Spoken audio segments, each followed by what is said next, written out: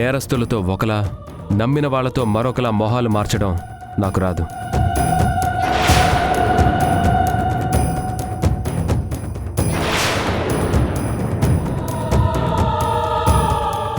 Hello వదిన గారు.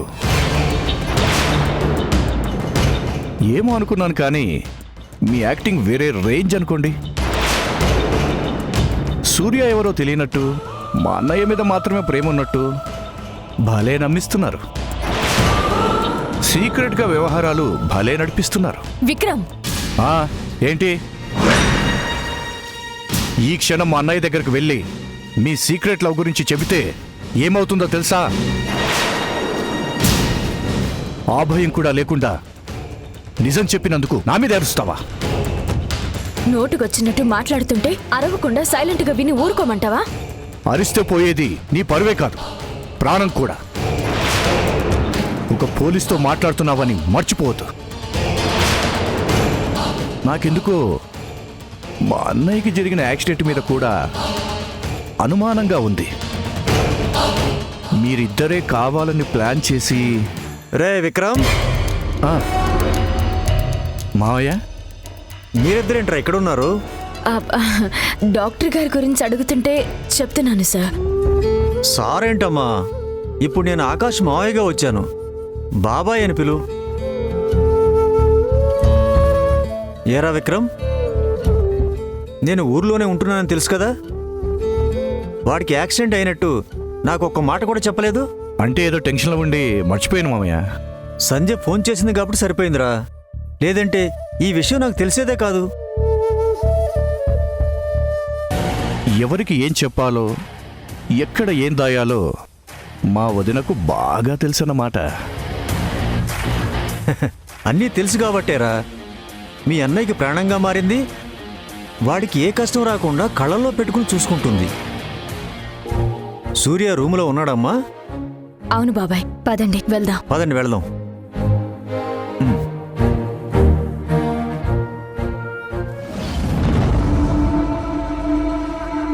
అన్నయ్య మాత్రమే అనుకున్నాను.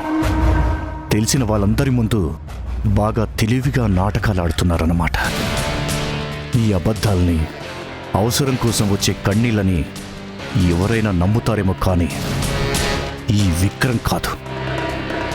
ఏదో ఒకరోజు ఆధారాలన్నింటినీ సంపాదించి అప్పుడు అన్నయ్యను నమ్మిస్తాను. ప్రేమని మోసంతో ఆడుకుంటున్న నిన్ను మెడబట్టుకొని బయటికి గెంటిస్తాను. అంత లేట్ నైట్ వరకు మందు తాగడమే తప్పనుకుంటే కార్ ఎలా డ్రైవ్ చేయాలనిపించిందిరా?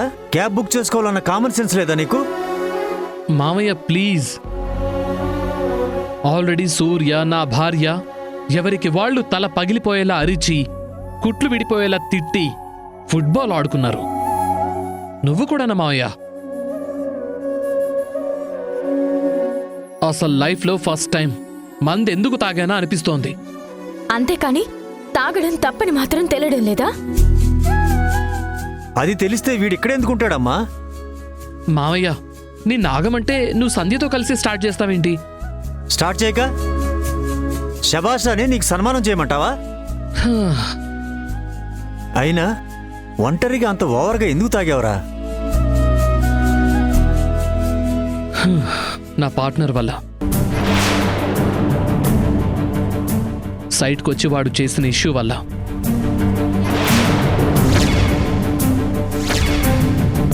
కన్స్ట్రక్షన్ మొత్తం పేక మెళ్ళ కూల్చేస్తావు.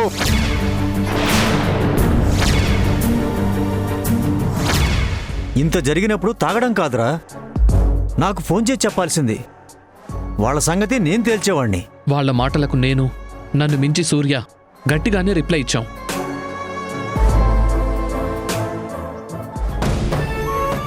ఎంతో నమ్మకంగా ఉన్నవాళ్ళు నా ఎదుగుదలను చూసి ఏడవటం నచ్చలేదు. ఆ ఈడియట్కి ఎంత ధైర్యం ఉంటే వాడి అల్లుడిని తీసుకొచ్చి నా అల్లుడికి వార్నింగ్ ఇస్తాడా? ఈ రోజుతో వాడు ఏ బిజినెస్ చేయకుండా ఆఖరికి వాడు సిటీలోనే లేకుండా చేస్తాను. వద్దు మావయ్య, పెంట మీద రాయి వేయటం వాడి జోలికి వెళ్ళటం అనవసరం. మళ్ళీ ఏదైనా ఇష్యూ చేస్తే అప్పుడు చూసుకుందాంలే. అవును బాబాయ్, బిజినెస్లో శాశ్వత శత్రువులు ఉండరు, శాశ్వత మిత్రులు ఉండరు. ప్రస్తుతానికి మర్చిపోవడమే మంచిది. నువ్వు చాలా పెద్ద తప్పు చేసావు ఆకాష్. సైట్లో ఇంత ప్రాబ్లం అయితే వెంటనే ఒక్క కాలు సంధికి చేసుంటే తన మాటలతో ప్రేమతో నీ మనసు మార్చేది కదా.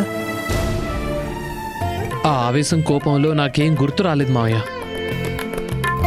యాక్చువల్గా మందు తాగితే మైండ్ ఫ్రీ అవుతుంది అనుకున్నాను కానీ ఇలా తలకు దెబ్బ తగిలి మైండ్ బ్లాక్ అవుతుంది అనుకోలేదు. అమ్మా సంధ్య, వీడి మైండ్ని మనసుని సెట్ చేయాలంటే మాటలతో కాదమ్మా, ఇంటికి వెళ్ళిన వెంటనే బాగా గరిటి కాల్చి వాత పెట్టు. మళ్ళీ మందు జోలికి వెళ్ళాలన్న ఆలోచన వచ్చినప్పుడు వాత చూసుకుని ఆగిపోవాలి. నేను కూడా అదే ప్లాన్లో ఉన్నాను బాబాయ్. ఏంటి మీరు ఇంత వైల్డ్గా ఆలోచిస్తున్నారు? హాస్పిటల్ బెడ్ మీద ఉన్నవాడికి ధైర్యం చెప్పాల్సింది పోయి చేసిన తప్పుకు ఎలాంటి శిక్ష వేద్దాం, ఎలా టార్చర్ పెడదామని ప్లాన్లు వేస్తున్నారా? నీలాంటోడికి ఇదే కరెక్ట్ ట్రీట్మెంట్ రా. చాలు ఊరుకో మావయ్య. సంధ్య, నువ్వు మావయ్య మాటలు మాత్రం సీరియస్గా తీసుకోకు. ఈ విషయం గురించి మనం ఇంటికెళ్ళి బాగా డిస్కస్ చేసుకుందాం. ఎలాంటి డిస్కషన్స్ అయినా సరే అమ్మా, పనిష్మెంట్ మాత్రం మిస్ కాకూడదు. ఛాన్సే లేదు బాబాయ్, ఖచ్చితంగా పనిష్మెంట్ ఉంటుంది. మావయ్య, ఏంటి మావయ్య ఇది?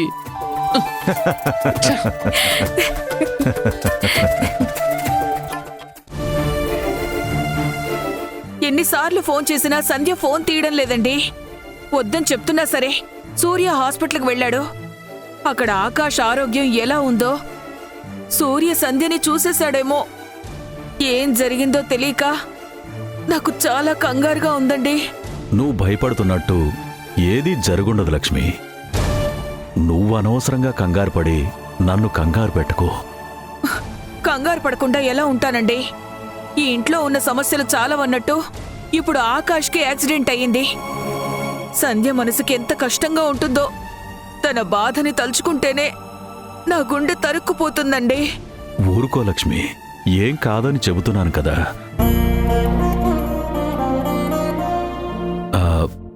ఒకసారి సూర్య ఎక్కడున్నాడో కనుక్కో. వాడితో మాట్లాడితే నీ ప్రశ్నలన్నింటికీ సమాధానం దొరుకుతుంది. అడుగో, అబ్బాయి వచ్చాడు. సూర్య, సూర్య, ఆకాష్కి ఎలా ఉంది? ఏం ప్రమాదం లేదు కదా?